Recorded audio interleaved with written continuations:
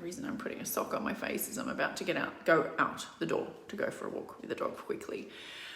But this rant today comes from myself not wanting to be pigeonholed into doing one thing, but also a conversation that I just had with a client, because all of us have been taught over the years, and I think maybe because we get taught to do business in a very masculine way, because let's face it, for thousands of years, they've pretty much been in charge of commerce. And if you did it any other way, or if you even felt your feelings, you kind of got burned at the stake. And we kind of still are scared of that. I mean, I always have been as well, not being burned at the stake, but those kinds of fears of doing things the wrong way or showing up in a way that, I can't do that as well, possibly because I'm really supposed to be sticking to the one niche or the one target market over here, really, when it's really not the truth.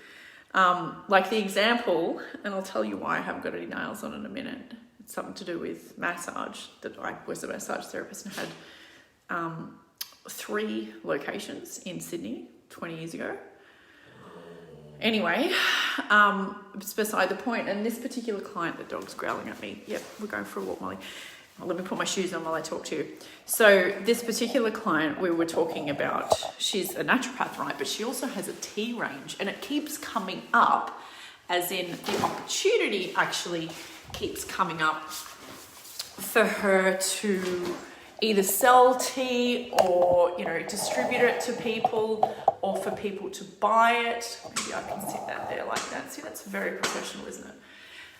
The opportunity actually keeps coming up. So I said, well, why not? If it's an idea that keeps knocking at your door, why not do it? And so we were going through, not just what she can make versus where the customers are. And obviously the big customers are in wholesale. So that's probably what she'll end up targeting, hopefully. If she decides to do it, it's her decision. Anyway, but one of the thoughts that she's having, and this is something I've had as well, and we all have, is that, but hang on a second, aren't I supposed to be over there in my box? She didn't say in my box, but aren't I supposed to be over there doing my thing as a personal trainer and a naturopath and just doing that thing over there for those people because that's what I do? I said, yeah, of course it is. That's definitely what you're supposed to be doing. But why is it the only thing that you have to do? Guys, the thing is, it's not. Where that rule, I don't know where that rule comes from, but I guess one of the times that we could apply the rule of make sure you just target one person, do one thing, etc., is in one social media post to do with marketing your product, or this is how you help people, etc. If you try to reach too many niches or target markets in that one particular post, that's the only time it gets confusing. Because apart from that, if you think about human nature, and especially especially women, I just met a woman this morning who's like bought and sold, I don't know how many hundreds of businesses. Like, telling her to stick to one niche is probably not going to happen.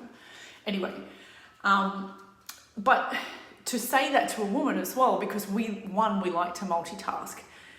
And 2, I don't think we have to stick with one passion. Let me just go the way the camera's going. I don't think that we have to ever stick with one passion. I think that it's definitely time to break the model. That's the only thing that this rant is about. The reason I have got no nails on right now is because, 20 years ago I became a massage therapist. Actually, I bought a clinic before I was registered, and then I had to go learn how to massage. So anyway, so I did that. The clinic already had staff in it, so I had no idea what I was doing. But it didn't matter, it kind of ran itself. I just really had to advertise and get the clients in there, right? So I did that. I was 22 at that stage, 22 or 23. Anyway, I love massage. So I've just had this calling recently to do it again. Now, I'm not saying it here on this video because I'm advertising massage, because I'm not, because I don't really want to do, I don't even want to do 10 of them a week. As in, I like helping, I love doing the stuff. I'm good at it. And I am tooting my own horn. It feels good to me. I'm trying to learn to do things that actually feel good.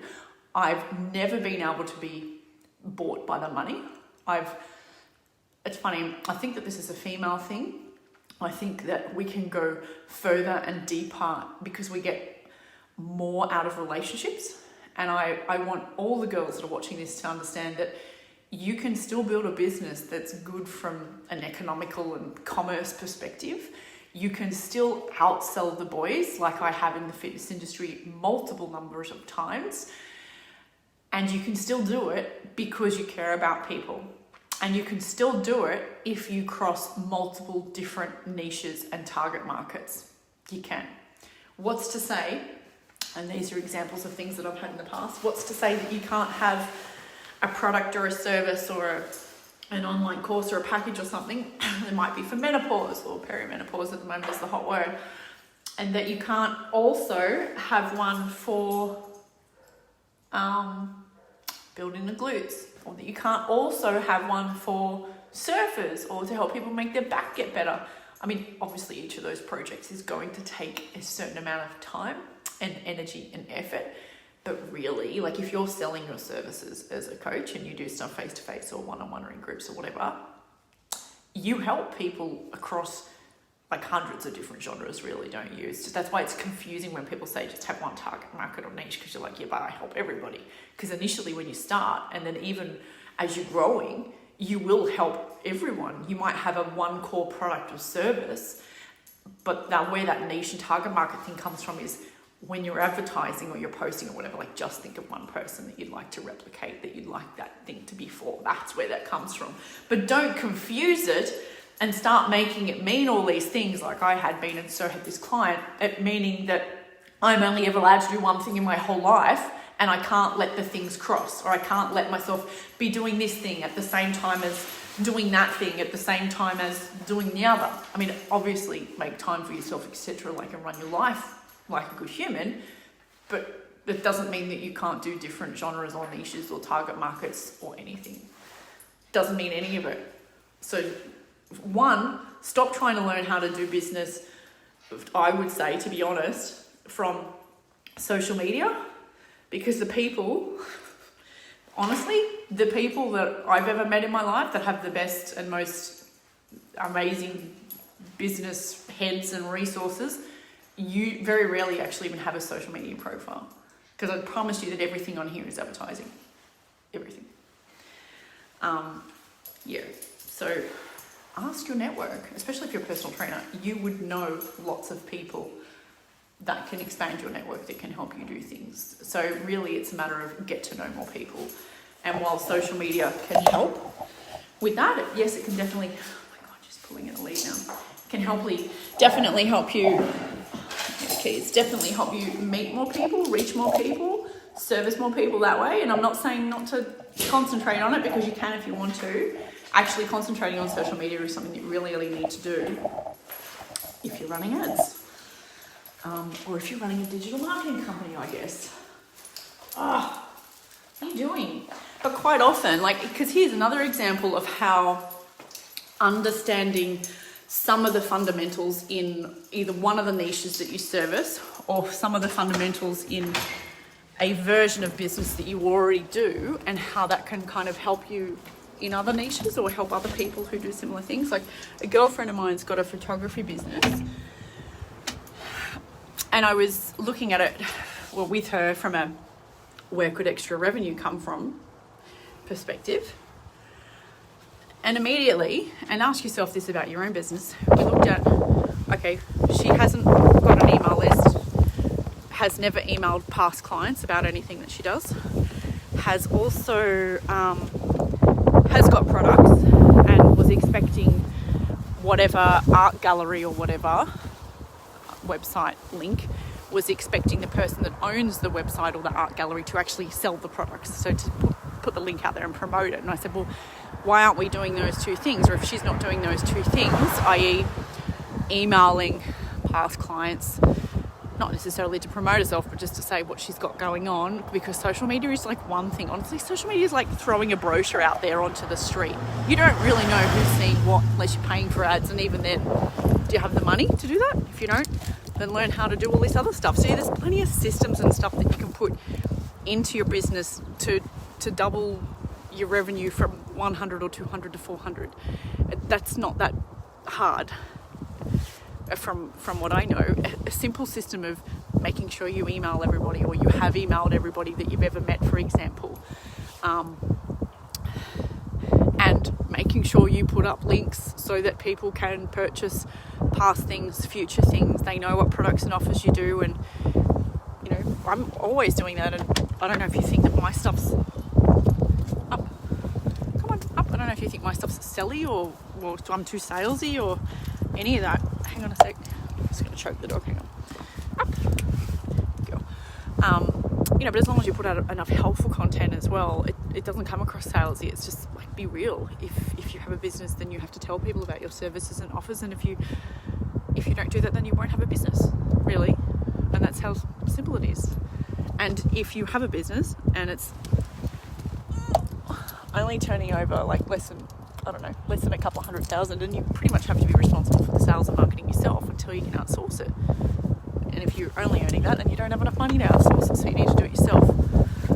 It's not rocket science. Just share what you know, like I'm doing now. Easy. I was going to say I don't even have anything to sell today, but I do. One of the last rounds of my VIP course is available now, and what that means is that it's only released a couple of times a year. I work with you guys one-on-one for a very intense couple of months, and it's application only because I need to be able to get you a result that 10 times what you pay for it. So message me on here and I will send you some details if you have any questions about that. But it's usually for experienced fit pros to take their business from not having enough time, but they have a skill set, they know how to get people the result, you know, to doing some tiny little tweaks like that, honestly, and little tweaks that make the biggest difference to the bottom line. Like, I had a guy in, I can't remember the city he was in, maybe San Diego in the States. Anyway, he had a martial arts gym, and actually two, and this was in COVID as well, or they were coming out of COVID. All we did was send a specific email about this thing that he had created, this new course, to a certain demographic, because he taught lots of different people in his gym, right? But we sent this email out to a certain demographic. Oops, let me see if I can get that sent to sit there so I can go in the car. And he hadn't even got all the replies back yet. And I know that the course that people were enrolling in, that he was selling, was $100 a week, and it went for 12 weeks. And I know that he sold the 10 places within a couple of hours of the email going out. So within a couple of hours, and it was $100 a week for 12 weeks. So it was $1,200. So 1,200 times 10. So it was a $12,000 run of emails, and he couldn't fit everybody in because he could only take 10 people. One email, one idea, one email that he'd never executed on before. And that was from our first, I think it was our first or our second conversation. And that's how much of a difference stuff can make. It's funny. It's not that hard. It's usually just a different set of eyes on your stuff. Yeah. And a different perspective. So let me know if any of that sounds interesting for you, because it might be the last round of this that I do this year, because I've got some other exciting projects coming up that aren't massage, but I still like doing that as well. Talk soon.